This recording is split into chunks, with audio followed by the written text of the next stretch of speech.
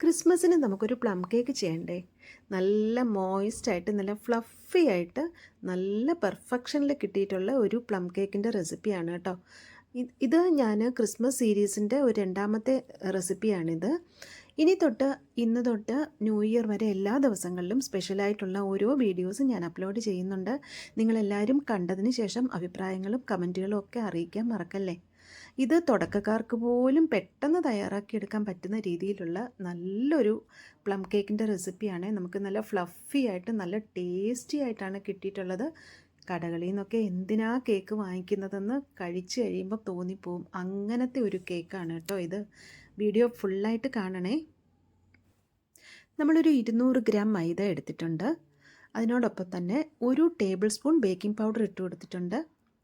1/2 table spoon, അതായത് 1 teaspoon baking soda ഇട്ട് കൊടുത്തിട്ടുണ്ട്.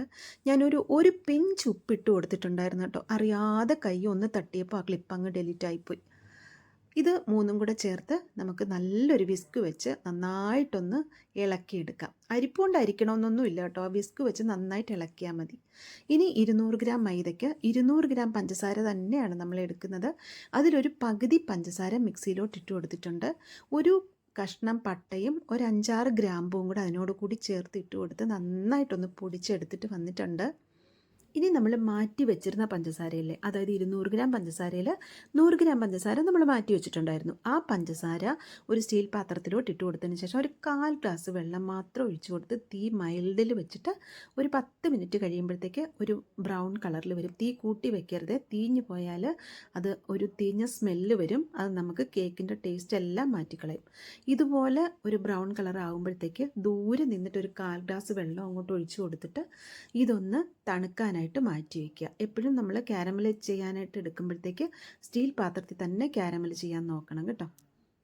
ഇനി ഒരു ബൗളിലേക്ക് 3 മുട്ട പൊട്ടിച്ചൊഴിച്ച് കൊടുക്കുക. മിക്സിയിലോട്ടിട്ട് അത് നന്നായിട്ടൊന്ന് അടിച്ചെടുക്കുക. നമ്മൾ 200 ഗ്രാം മൈദയ്ക്ക് 100 ഗ്രാം കുക്കിംഗ് ഓയിലോ അല്ലെങ്കിൽ റൂം ടെമ്പറേച്ചറിലുള്ള ഒരു 100 ഗ്രാം ബട്ടറോ ആണ് വേണ്ടത്. ബട്ടർ ആണെങ്കിൽ കുറച്ചുകൂടെ നല്ല ടേസ്റ്റ് ഉണ്ടാവും. കുക്കിംഗ് ഓയിലാണെങ്കിലും ഒരു കുഴപ്പവും ഇല്ല. പിന്നെ നമ്മൾ പൊടിച്ച് വെച്ചിരുന്ന പഞ്ചസാരയും കൂടി ഇട്ട് 3ഉം കൂടെ ചേർത്ത് നന്നായിട്ടൊന്ന് അടിച്ചെടുത്തിട്ട് വരിക. ഞാൻ തലേ ദിവസം തന്നെ ഒരു ഓറഞ്ചിൻ്റെ നീരെടുത്തിട്ട് അതിൽ ഡ്രൈ ഫ്രൂട്ട്സ് സോക്ക് ചെയ്ത് വെച്ചിട്ടുണ്ടായിരുന്നു. അതിലോട്ട് ഒരു 1/2 ടേബിൾ സ്പൂൺ മൈദാമാവ് ഒന്ന് ഇട്ട് കൊടുത്തിട്ട് ഒന്ന് ഡിപ്പ് ചെയ്ത് എല്ലായിടത്തും ഒന്ന് പിടിപ്പിച്ചെടുക്കണം. എന്താണെന്ന് വെച്ചാൽ ഡ്രൈ ഫ്രൂട്ട്സ് ഡയറക്റ്റായിട്ട് നമ്മൾ സോക്ക് ചെയ്ത് അങ്ങനെ കേക്കിൻ്റെ ബാറ്ററിലോട്ട് ഇടുമ്പോഴത്തേക്ക് അതങ്ങ് താന്നങ്ങ് പോവും. എല്ലായിടവും ഈവനായിട്ട് പിടിച്ച് നിൽക്കത്തില്ല. ഇനി നമ്മൾ അരിച്ചു വെച്ചിരുന്ന മൈദാമാവിലോട്ട് അരച്ചെടുത്തിട്ട് വന്ന ആ കേക്ക് മുട്ടയുടെയൊക്കെ മിക്സ് ഇട്ട് കൊടുക്കുക. ഒരു അല്പം വിനിഗർ ഒഴിച്ചു കൊടുക്കുക. വിനിഗറോ അല്ലെങ്കിൽ വിനിഗർ ഇല്ല എന്നുണ്ടെങ്കിൽ ഒരു നാരങ്ങയുടെ നീരൊഴിച്ചു കൊടുക്കുക. ഞാനിവിടെ ഒരല്പം വിനിഗറാണ് ഒഴിച്ചു കൊടുത്തത്. അതൊഴിച്ചു കൊടുത്തതിന് ശേഷം നമ്മൾ സോക്ക് ചെയ്ത് വെച്ചിരുന്ന ഡ്രൈ ഫ്രൂട്ട്സ് ഇട്ട് കൊടുക്കുക. ഞാൻ കുറച്ച് നോർമലായിട്ടുള്ള ഡ്രൈ ഫ്രൂട്ട്സ് കുറച്ച് ക്രഷ് ചെയ്തും ഇട്ട് കൊടുത്തിട്ടുണ്ട്. അതായത് പിസ്ത, ബദാം, ഡേറ്റ്സ്, റൈസിൻസ്, നട്ട്സ് എല്ലാം കൂടെ ഒന്ന് ക്രഷ് ചെയ്ത് അതും കൂടെ ഒന്ന് ഇട്ട് കൊടുത്തിട്ടുണ്ട്. ഇനി നമ്മൾ ആ കരാമൽ ചെയ്ത് വെച്ചിരുന്ന പഞ്ചസാരയുടെ സിറപ്പും കൂടെ കുറച്ച് കുറച്ചായിട്ട് ഒഴിച്ചു കൊടുത്ത് നന്നായിട്ട് ഈ ബാറ്റർ ഒന്ന് റെഡിയാക്കി എടുക്കണം. ആദ്യം കുറച്ച് ഒഴിച്ചു കൊടുത്തിട്ടുണ്ട്. അതിനുശേഷം നോക്കിയപ്പോഴത്തേക്ക് മാവിന് കുറച്ച് കട്ടിയൊക്കെ ഉണ്ടായിരുന്നു. നന്നായിട്ടൊരു കളറില്ലായിരുന്നു. അങ്ങനെ ഇപ്പം ഞാൻ മൊത്തം നമ്മളെടുത്ത പഞ്ചസാര സിറപ്പ് മൊത്തം കൂടെ അതിൽ ഞാൻ ഒഴിച്ചു കൊടുത്തിട്ടുണ്ട്. ഇപ്പോൾ അതിനെന്തേ നല്ല കളറൊക്കെ വന്നിട്ടുണ്ട്. ഡ്രൈ ഫ്രൂട്ട്സും ഒക്കെ ഇട്ട് കൊടുത്ത് നന്നായിട്ട് അത് മിക്സ് ചെയ്ത് നമ്മൾ എടുത്തിട്ടുണ്ട്. ഇപ്പോൾ അത് ബാറ്റർ കണ്ടാൽ തന്നെ അറിയാം നമുക്ക് കേക്ക് നല്ല പെർഫെക്ഷനിൽ കിട്ടും എന്നുള്ളത്. ഇനി ഒരു കേക്ക് ട്രേ എടുത്തിട്ട് അതിനകത്ത് അല്പം ഓയിലൊന്ന് ഗ്രീസ് ചെയ്ത് കൊടുത്തതിന് ശേഷം ബട്ടർ പേപ്പർ കട്ട് ചെയ്ത് അതിൻ്റെ അടിയിലോട്ടൊന്ന് വെച്ച് കൊടുത്തിട്ടുണ്ട്. ഇനി അതിൻ്റെ മുകളിലും ഒരല്പം ഓയിൽ ഗ്രീസ് ചെയ്ത് കൊടുക്കണം. ഈ സൈഡ് വശങ്ങളിലൊക്കെ ഓയിൽ നന്നായിട്ടൊന്ന് തേച്ച് പിടിപ്പിച്ചാലേ നമുക്ക് കേക്ക് പെട്ടെന്ന് ഇളകി കിട്ടത്തുള്ളൂ. അതിനുശേഷം നമ്മൾ മാവ് കേക്ക് ട്രേയിലോട്ട് ഒഴിച്ച് കൊടുക്കുന്നുണ്ട്.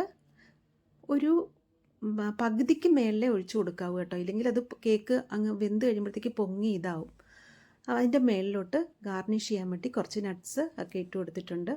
ഒരു കുക്കർ ഒരു 10 മിനിറ്റ് മുമ്പ് തന്നെ ഞാൻ പ്രീ ഹീറ്റ് ചെയ്ത് വെച്ചിട്ടുണ്ടായിരുന്നു. അതിലോട്ട് 5 മിനിറ്റ് ഹൈ ഫ്ലെയിമിലും 30 മിനിറ്റ് മീഡിയം ഫ്ലെയിമിലും വെച്ച് കഴിഞ്ഞപ്പോഴത്തേക്ക് നമ്മുടെ കേക്ക് റെഡി ആയിട്ട് വന്നിട്ടുണ്ട് കേട്ടോ.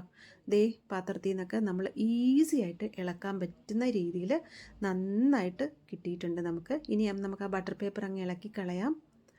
ദേ നല്ലതുപോലെ കിട്ടിയിട്ടുണ്ട്. കറക്റ്റാണ്. അതായത് ആദ്യം 5 മിനിറ്റ് ഹൈ ഫ്ലെയിമിൽ ഇട്ടിട്ട് പിന്നൊരു 30 ടു 35 മിനിറ്റ് വരെ ലോ ഫ്ലെയിമിലിട്ട് കഴിയുമ്പോഴത്തേക്ക് നമ്മുടെ കേക്ക് വെന്തിട്ടുണ്ടാവും. നടുക്ക് നമ്മളൊന്ന് അടപ്പൊന്ന് തുറന്ന് 30 മിനിറ്റ് കഴിയുമ്പോൾ ഒന്ന് തുറന്നിട്ട് ഒരു സ്ക്വയർ വെച്ചെങ്ങാനും ഒന്ന് കുത്തി നോക്കിയാൽ മതി. കുത്തി നോക്കി അതിലൊന്നും പിടിച്ചിട്ടില്ല എന്നുണ്ടെങ്കിൽ കേക്ക് നന്നായി വെന്തു എന്നർത്ഥം. ദേ കണ്ടില്ലേ, അകത്തൊക്കെ നല്ല ഫ്ലഫിയാണ്, നല്ല പൊങ്ങി വന്നിട്ടുണ്ട്. നല്ല കറക്റ്റ് കൺസിസ്റ്റൻസിയിലാണ് നമുക്ക് കേക്ക് കിട്ടിയിട്ടുള്ളത്. അപ്പോൾ വീഡിയോ കണ്ടിട്ട് ഇഷ്ടമായെങ്കിൽ ചാനൽ സബ്സ്ക്രൈബ് ചെയ്തിട്ടില്ലെങ്കിൽ ഒന്ന് സബ്സ്ക്രൈബ് ചെയ്ത് സപ്പോർട്ട് ചെയ്യാൻ മറക്കല്ലേ. Have A good day.